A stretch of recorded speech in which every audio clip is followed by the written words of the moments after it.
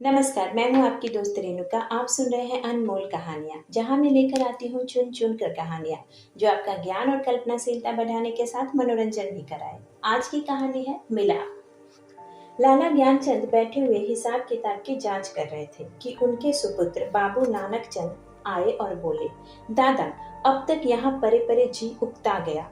आपकी आज्ञा हो तो मैं सैर को निकल जाऊं, 2-1 महीने में लौट आऊंगा। नानक चंद बहुत सुशील और सुंदर नवयुवक था। रंग पीला, आंखों के गिर्द हल्के स्याह धब्बे, कंधे झुके हुए।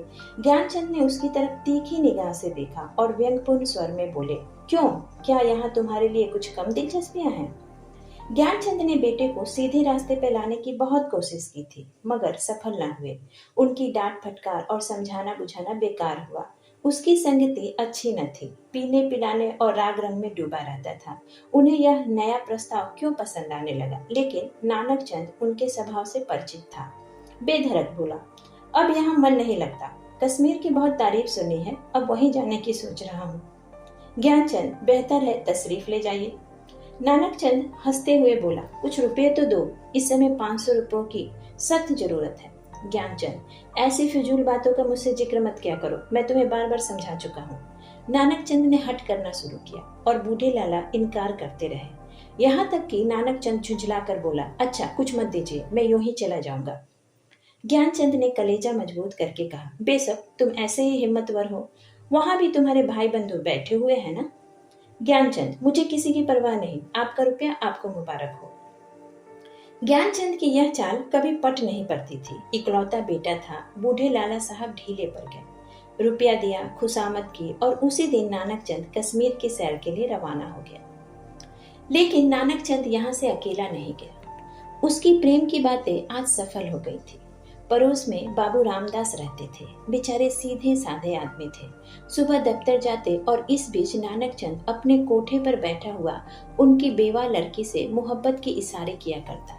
यहाँ तक कि अभागी ललिता उसके जाल में आ फंसी। भाग जाने के मंसूबे हुए। आधी रात का समय था। ललिता एक साड़ी पहने अपनी चारपाई पर करवटें बदल रही थी। जेवरों को उतार कर उसने एक संदूक में रख दिए थे। उसके मन में इस समय तरह तरह के ख्याल दौड़ रहे थे और दिल जोर जोर से धड़क रहा था। मगर चाहे और कुछ न हो, नानक चंद की तरफ से उसे बेवफाई का जरा भी गुमान नहीं था। जवानी की सबसे बड़ी नेमत मोहब्बत है और इस नेमत को पाकर ललिता अपने आप को खुशनसीब समझ रही थी। रामदास बेसुध सो रहे थे कि इतने में कुंडी खटकी। ललिता चौंक कर उठ खड़ी हुई। उसने जेवरों का संदूक उठा लिया, फिर एक बार इधर उधर हसरत भरी निगाहों से देखा और दबे पांव चुपचाप दहलीज में गई और कुंडली खोल दी। नानक चंद ने उसे गले से लगा लिया। बग्घी तैयार थी, दोनों उस पर जाग बैठे। प्रातःकाल जब राम बाबू सोकर उठे, ललिता उन्हें नजर नहीं आई। घबराकर उन्होंने सारा घर छान मारा, लेकिन उसका कहीं पता नहीं चला। बाहर की कुंडी भी खुली देखी, बग्घी के निशान नजर आए। सिर पीट कर बैठ गए, लेकिन अपने दिल का दर्द किसे बताते। हंसी और बदनामी का डर जबान पर मोहर हो गया।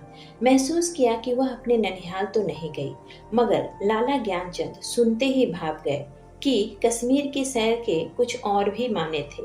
धीरे धीरे यह बात सारे मोहल्ले में फैल गई, यहाँ तक कि बाबू रामदास ने शर्म के मारे आत्महत्या कर ली। मोहब्बत की सरगर्मियां नतीजे की तरफ से बिल्कुल बेखबर होती हैं।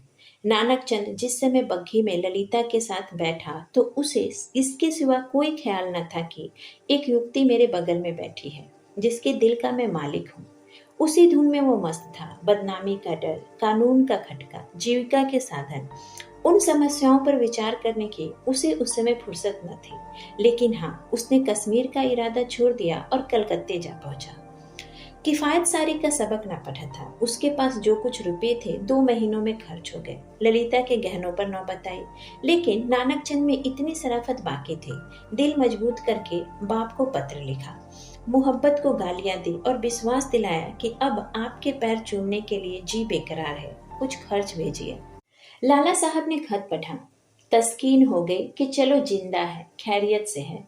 धूमधाम से सत्यनारायण की कथा सुनी, रुपए भेज दिए, लेकिन जवाब में लिखा खैर, जो कुछ तुम्हारी किस्मत में था वो हुआ। अभी इधर आने का इरादा मत करो, बहुत बदनाम हो रहे हैं। तुम्हारी वजह से मुझे भी बिरादरी से नाता तोड़ना पड़ेगा। इस तूफान को उतर जाने दो, तुम्हें खर्च की तकलीफ नहीं होगी। लेकिन जब इस युवती की बाह पकड़ी है तो उसका निबाह अच्छी तरह करना, उसे अपनी ब्याहता पत्नी समझना। नानक चंद के दिल पर से चिंता का बोझ उतर गया। बनारस से माहवार वजीफा मिलने लगा। इधर ललिता की कोशिश ने भी कुछ दिन तक खींचा, लेकिन नानक चंद की शराब की लत न छूटी। हफ्ते में 2 दिन जरूर थिएटर जाता, तो भी तबीयत में स्थिरता और कुछ संयम आ चला था। इस तरह कलकत्ते में उसने 3 साल काटे। इसी बीच ललिता ने एक बच्ची को जन्म दिया, जिसका नाम उसने कमला रखा। तीसरा साल गुजरा था कि नानक चंद के उस शांति प्रिय जीवन में हलचल पैदा हुई। लाला ज्ञानचंद का 50वां साल था, जो हिंदुस्तानी रईसों की प्राकृतिक आयु है। उनका स्वर्गवास हो गया, और जो ही यह खबर नानक चंद को मिली, वह ललिता के पास जाकर चीखे मार कर रोने लगा। जिंदगी के नए नए मसले अब उसके सामने आए। इन 3 साल की संभली हुई जिंदगी ने उसके दिल, सोहदेपन और नशेबाजी के ख्याल बहुत कुछ दूर कर दिए थे। उसे अब यह फिक्र हुई कि चलकर बनारस में अपनी जायदाद का कुछ इंतजाम करना चाहिए, वरना सारा कारोबार धूल में मिल जाएगा। लेकिन ललिता का क्या करूं? अगर इसे वहां लिए चलता हूं तो 3 साल की पुरानी घटनाएं ताजी हो जाएंगी, और फिर एक हलचल पैदा होगी जो मुझे हुक्काम और हम जोलियों में जलील कर देगी। इसके अलावा उसे अब कानूनी औलाद की जरूरत भी नजर आने लगी, या हो सकता था कि वह ललिता को अपनी ब्याहता पत्नी मंसूर कर देता। लेकिन आम ख्याल तो दूर करना संभव था कि उसने उसे भगाया है। ललिता से नानक चंद को अब वह मोहब्बत नहीं थी जिसमें दर्द होता है। वह अब एक साधारण पति था, जो गले में परे हुए ढोल को पीटना ही अपना धर्म समझता है, जिसे बीवी की मोहब्बत उसी वक्त याद आती है जब वही बीमार होती है, और इसमें अचरज की कोई बात नहीं है। अब जिंदगी की नई नई उमंगों ने उसे उकसाना शुरू किया। मंसूबे पैदा होने लगे जिनका दौलत और बड़े लोगों के मेलजोल से संबंध है। मानव भावनाओं की यही साधारण दशा है। नानक चंद अब मजबूत इरादों के साथ सोचने लगा कि यहाँ से क्यों कर भागूं। अगर इजाजत लेकर जाता हूँ तो 2-4 दिन में सारा पर्दाफाश हो जाएगा। अगर हिला किए जाता हूँ तो आज से तीसरे दिन ललिता बनारस में मेरे सर पर सवार होगी। कोई ऐसी तरकीब निकालूं कि इन संभावनाओं से मुक्ति मिले। सोचते सोचते उसे आखिर एक तरकीब सूझी। वह एक दिन शाम को 2 दरिया के सैर का बहाना करके चला और रात को घर पर न आया। दूसरे दिन सुबह एक चौकीदार ललिता के पास आया और उसे थाने में ले गया। ललिता हैरान थी कि क्या माजरा है। दिल में तरह तरह की दुश्चिंताएं पैदा हो रही थी। वहां जाकर जो कैफियत देखी तो दुनिया आंखों में अंधेरी हो गई। नानक चंद के कपड़े खून से तरबतर पड़े थे। उसकी वही सुनहरी घड़ी, वही खूबसूरत छतरी, वही रेशमी साफा, सब वहां मौजूद था। जेब में उसके नाप के छपे हुए कार्ड थे। कोई संदेह न रहा कि नानक चंद को किसी ने कत्ल कर डाला। 2-3 हफ्ते तक थाने में तहकीकातें होती रही, और आखिरकार खूनी का पता चल गया। पुलिस के अफसरों को बड़े बड़े इनाम मिले। इसको जासूसी का एक बड़ा आश्चर्य समझा गया।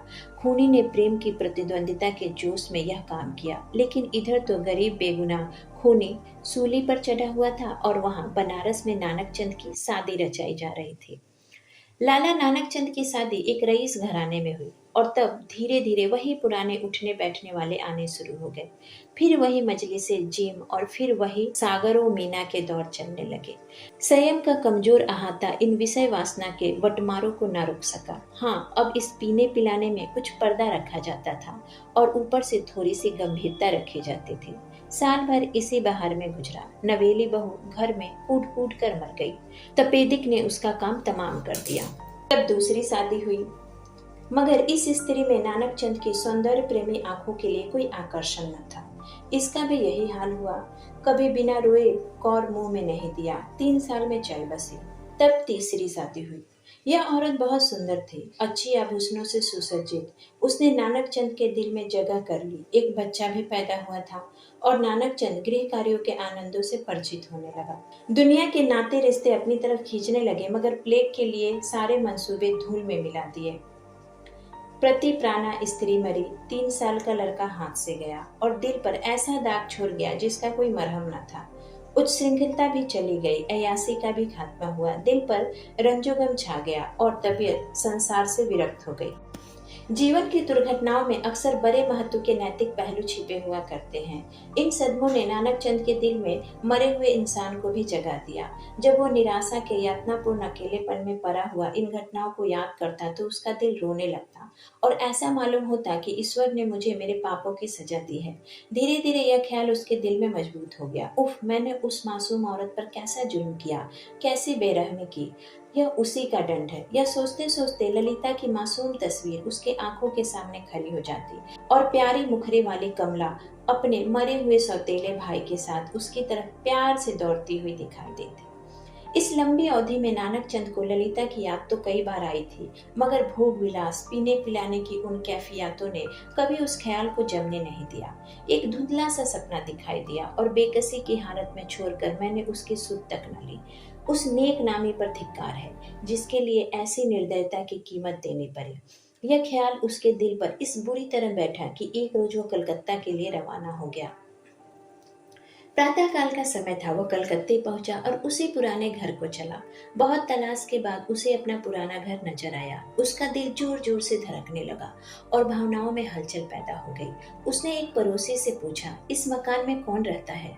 बूढ़ा बंगाली था। बोला, हम यह नहीं कह सकता कौन है कौन नहीं है, इसका बारा मुल्क में कौन किसको जानता है, लेकिन हाँ, एक लड़की और उसकी माँ यहाँ रहती है, विधवा है, कपड़े की सिलाई करती है। जब से उसका आदमी मर गया है तब से यही काम करके अपना पेट पालती है। इतने में दरवाजा खुला। एक 13-14 साल की सुंदर लड़की किताब लिए हुए बाहर निकली। नानक चंद पहचान गया कि यह कमला है। उसकी आंखों में आंसू उमड़ आए। उसका जी चाहता था कि लड़की को छाती से लगा ले। कुबेर की दौलत मिल गई। आवाज को संभाल कर बोला, बेटी, जरा जाकर अपनी अम्मा से कह दो कि बनारस से एक आदमी आया है। लड़की अंदर चली गई और थोड़ी देर में ललिता दरवाजे पर आई। उसके चेहरे पर घूंघट था। नानक चंद ने उसे देखा और एक ठंडी सांस ली। पतिव्रत धर्म और निराशा की सजीव मूर्ति सामने खड़ी थी। उसे देखकर वो बरबस रोने लगा। ललिता ने घूंघट की आड़ से उसे देखा और आश्चर्य के सागर में डूब गई। वह चित्र जो हृदय पट पर अंकित था और जो जीवन के अल्पकालिक आनंदों की याद दिलाता रहता था, जो सपनों में सामने आकर कभी खुशी के गीत सुनाता था और कभी रंज के तीर चुभाता था, इस समय सजीव सजल सामने खड़ा था। ललिता पर एक बेहोशी छा गई, कुछ वही हालत जो आदमी को सपने में होती है। वह व्यग्र होकर नानक चंद की तरफ बढ़ी और रोती हुई बोली, मुझसे अब यहाँ नहीं रहा जाता। ललिता को इस बात की जरा भी चेतना न थी कि वह उस व्यक्ति के सामने खड़ी है जो एक जमाना हुआ मर चुका है, वरना शायद वह चीख मार कर भागती। उस पर एक सपने की सी हालत छाई हुई थी। लेकिन जब नानक चंद ने उसे सीने से लगाकर कहा, ललिता, अब तुमको अकेला न रहना पड़ेगा, मैं तुम्हें इन आंखों की पुतली बनाकर रखूंगा। मैं इसलिए तुम्हारे पास आया हूँ। मैं अब तक नर्क में था, अब तुम्हारे साथ स्वर्ग का सुख भोगूंगा। तो ललिता चौंकी और छिटक कर अलग हटती हुई बोली, आंखों को तो यकीन आ गया मगर दिल को नहीं आता। ईश्वर करे यह सपना न हो। इसी के साथ मैं आपसे विदा लेती हूँ। फिर मिलूंगी एक नई कहानी के साथ। तब तक आशा करती हूँ कि आप कहानियाँ सुनते रहेंगे और करना नहीं भूलेंगे लाइक, शेयर एंड सब्सक्राइब।